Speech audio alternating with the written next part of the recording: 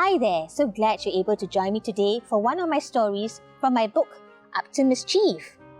Did you know that in 1973, this really happened? A panther named Twiggy escaped from the Singapore Zoo. She was named Twiggy after a very famous British model. There were numerous sightings of Twiggy all over the island, which made us all very excited and nervous at the same time. Are you ready now for the story, The Panther in the Dark?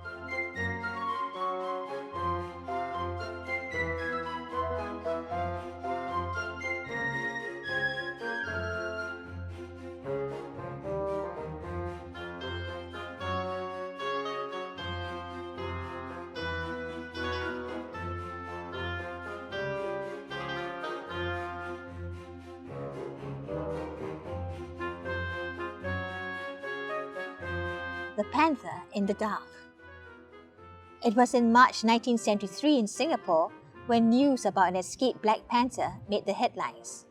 Somehow, the panther managed to escape while workers were transferring it to a different place within the newly established Mandai Zoo. This news sparked a lot of excited talk among Singaporeans, and Ringo, Hawk, Jerry and Ahmad were no exception.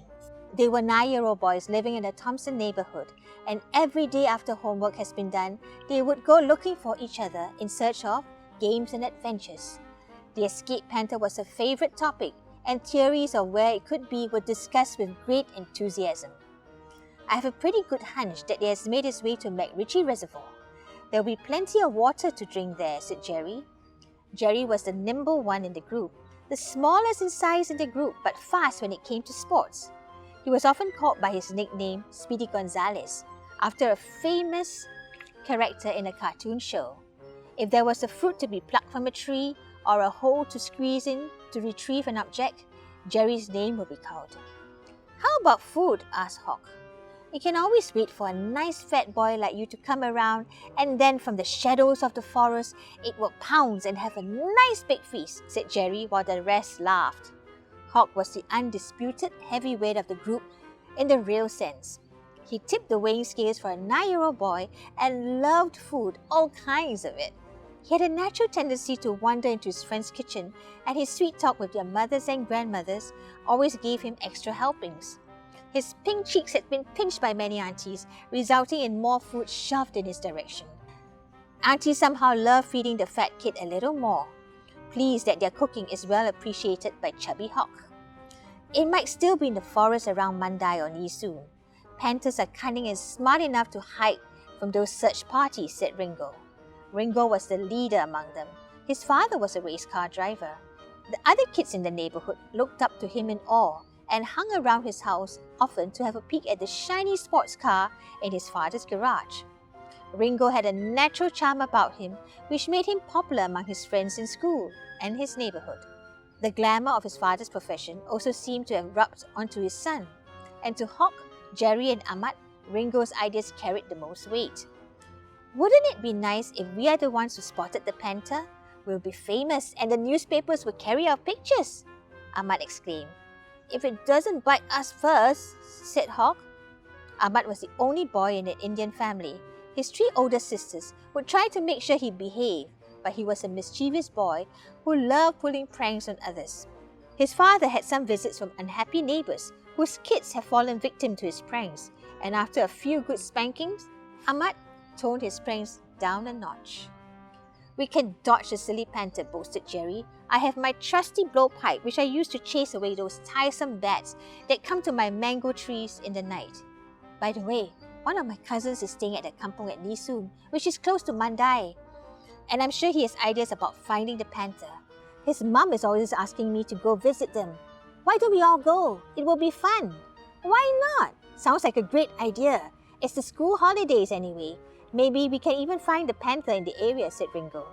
Boys being boys, and despite all the warnings sounded by the press and their parents on how they should not go looking for the panther, the idea seemed highly exciting for the gang. So early one morning, they set off to the kampong of Jerry's cousin, taking a public bus and earnestly discussing what they should do if they did come face to face with the panther. Let Hawk be the bait. He looks nice and juicy enough, said Ahmad. The rest of us are not worth eating, too skinny. Everyone found it funny except Hawk. Grimacing, he gave Ahmad a shove. Jerry's cousin Guan was at the bus stop to greet them. It was quite a far walk in, and Guan led the way, showing the city boys the sights along the way. Guan was 9 years old, of the same age as the boys, but living in the kampong made him a little tougher than the rest. He was tanned as he spent a lot of time outdoors helping his mother to look after the chickens, ducks and geese, as well as doing his daily chores around their farm plot. "Can I feed the chickens, ducks and geese?" asked Hawk with an earnest expression. "Sure, but do keep a lookout for any snakes looking out for a nice meal," said Guan with a grin. Hawk looked tense. "There are snakes around?" The boys laughed, but privately they became a lot more cautious of their surroundings. The kampong suddenly seemed less idyllic. A lorry came by and stopped. Guan saw that it was his uncle and beckoned to the boys to hop onto the back of the lorry. The ride was a little bumpy due to the uneven roads, but the boys were more than thrilled. "Here are the fishing ponds. Want to do some fishing before lunch?" Guan asked. "Yes, that will be fun," Ringo exclaimed, and the boys were in utter agreement as they jumped down from the lorry. Guan seemed to know the owners of the ponds very well, and soon they were holding fishing rods and trying their best to hook onto the little wriggly worms as bait for their first fishing experience. It wasn't as simple as it looked, but Guan was a good teacher, and he soon caught the first fish of the day. It was quite a large tilapia. "I will get Mum to cook this for lunch later. She knows you will all be coming, and she has prepared quite a lot of food today." Hawk was a little distracted by the mention of lunch, and he could hear his stomach growling. At this point, Ringo felt a tug at the end of his rod and began pulling his rod in the opposite direction. The boys were getting excited. "Pull, Ringo, pull," said the boys in unison. Guan came over to help, and together they managed to reel in quite a fish that was even bigger than the one Guan caught. "Wow, we have 2 fishes now," shouted Jerry. Hawk looked at the fish on the floor, fresh and wriggling. "Let's go now. We need to take the fishes to Guan's mother. I'm so hungry." "For a newcomer, I must say you're pretty good, Ringo," said Guan. So off they went to the kampong. It was quite a large kampong with a number of zinc roof houses. There were chickens and ducks running all around. To the boys, this was such a new experience. There are Chinese, Malay and Indian families in this kampong, and the doors are always open to welcome visitors. "I will introduce you to some of my best friends here," said Guan. "But first, come meet my mum." Guan's mother was warm and welcoming. She spoke in the Hokkien dialect, which the boys understood, even Ahmad. "Auntie, we caught 2 big fishes. You help us cook, can?" Hawk asked excitedly, with his hand rubbing his belly. They all laughed, and true enough, the lunch spread was lavish. Besides the freshly cooked fishes, Guan's mother cooked soy sauce chicken, as well as some dishes from the fresh vegetables harvested from their backyard. The boys were truly hungry after such a fun morning. "There are fruits for refreshment, but you boys have to go pluck them," said Guan's mother. "Yes, that would be great," shouted Jerry. "I can climb trees very well, Auntie." "No need for that. We have a stick that can do the job very well," said Guan as he rushed off to get it. "Come, follow me. The rambutans are all ripe and ready for the plucking." Somehow, plucking your own fruit seemed more exciting than buying it from the market. Guan showed them how to use the stick contraption to pluck the fruits.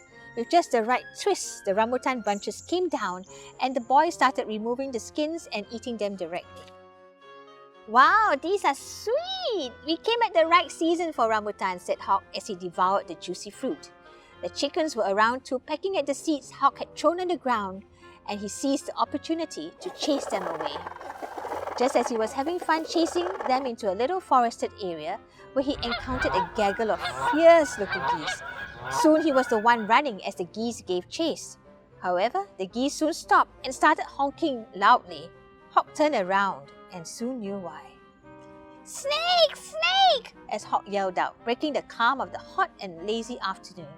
The boys rushed towards the direction of his screams and saw a large python poised to attack the chickens. Guan activated the villagers, and soon a group of men came running out armed with huge garden hoes and knives. They surrounded the python, and with precise timing and aim, one man sprayed the eyes of the snake with a canister of insecticide. The snake was dazed and confused, and the huge hoes and knives came raining down on it. "Wow, that was scary," said Hawk, patting his chest. "Do you get snakes here often?" "Not every day, if that's what you're asking," said Guan. "I hope not," said Ahmad, looking a little anxious. "Once in a while, and the kampong men will usually help each other to get rid of it. We have geese that make the loudest sounds when they spot snakes. They are like our warning system. You know the one good thing that comes out of snake sightings? Asked Guan. What? The boys asked. Tender and moist snake satay, said Guan. Yuck, said Jerry, and the boys were somehow not attracted to the idea. Why don't you stay for dinner tonight and give it a try? The boys looked at each other. Hawk was the first to break the silence. I'm game. It may taste like regular satay, and I love satay. Thank goodness we told our parents we'll be back only after dinner. But we can't stay too long though, said Ringo. After the excitement had died down, Guan's friends called out for a game of football, and the boys were delighted. Off they went, kicking in the fields, and the boys made many new friends in Guan's kampong. Soon the people in the village made a little open fire where they grilled the python, which had been skinned and marinated. Everyone from the village soon gathered around. There was a good deal of merrymaking and fun, with young kids running all over the place. Hawk was the first amongst the boys to try the satay, since he was the first to spot the snake. Guan's neighbor Ali asked, Good? Hawk gave it a thumbs up, and the kampong folks laughed. Ringo, Jerry and Ahmad soon had a go at it. They agreed that it was indeed delicious, and with the spices, it tasted just like regular satay. Soon the boys realized they had to head home, and Guan led the way. He and Ringo each had a torchlight to find their way in the dark and lead the others. In the excitement of the day, the boys forgot all about the missing panther. They had the most glorious fill of fun, food and excitement and were talking about when they could come visiting again.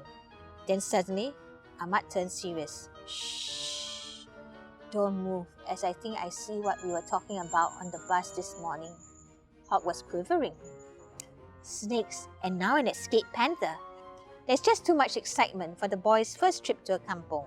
All that talk about having no fear was just talk. Hawk was turning pale. Jerry's eyes darted across to Ringo, who turned around slowly for a look. He didn't see anything unusual. Hawk, don't move. It is closest to you. Any sudden move and it will pounce, warned Ahmad. I'm too scared to move. Guan, what do I do? Guan said nervously. I only know what to do when there are snakes. Panthers are new to me. Hawk broke into a cold sweat, and Ahmad decided to spice up the atmosphere a little by imitating the sound of a panther softly growling. Everyone saw how petrified Hawk was, and Ahmad soon gave the game away when he broke into a laugh. Ahmad, stop it! Hawk finally realized that Ahmad was pulling a fast one on him. He dashed towards Ahmad and gave him a slap on the back. Ha ha ha ha! You should see the look on your face! Everyone laughed as they continued to walk to the bus stop, unaware a pair of luminous green eyes were watching them intently from the trees. Look out for hisses from snakes with kisses, and something ready for a pounce. Do keep an ear out for sounds, especially anything that whizzes.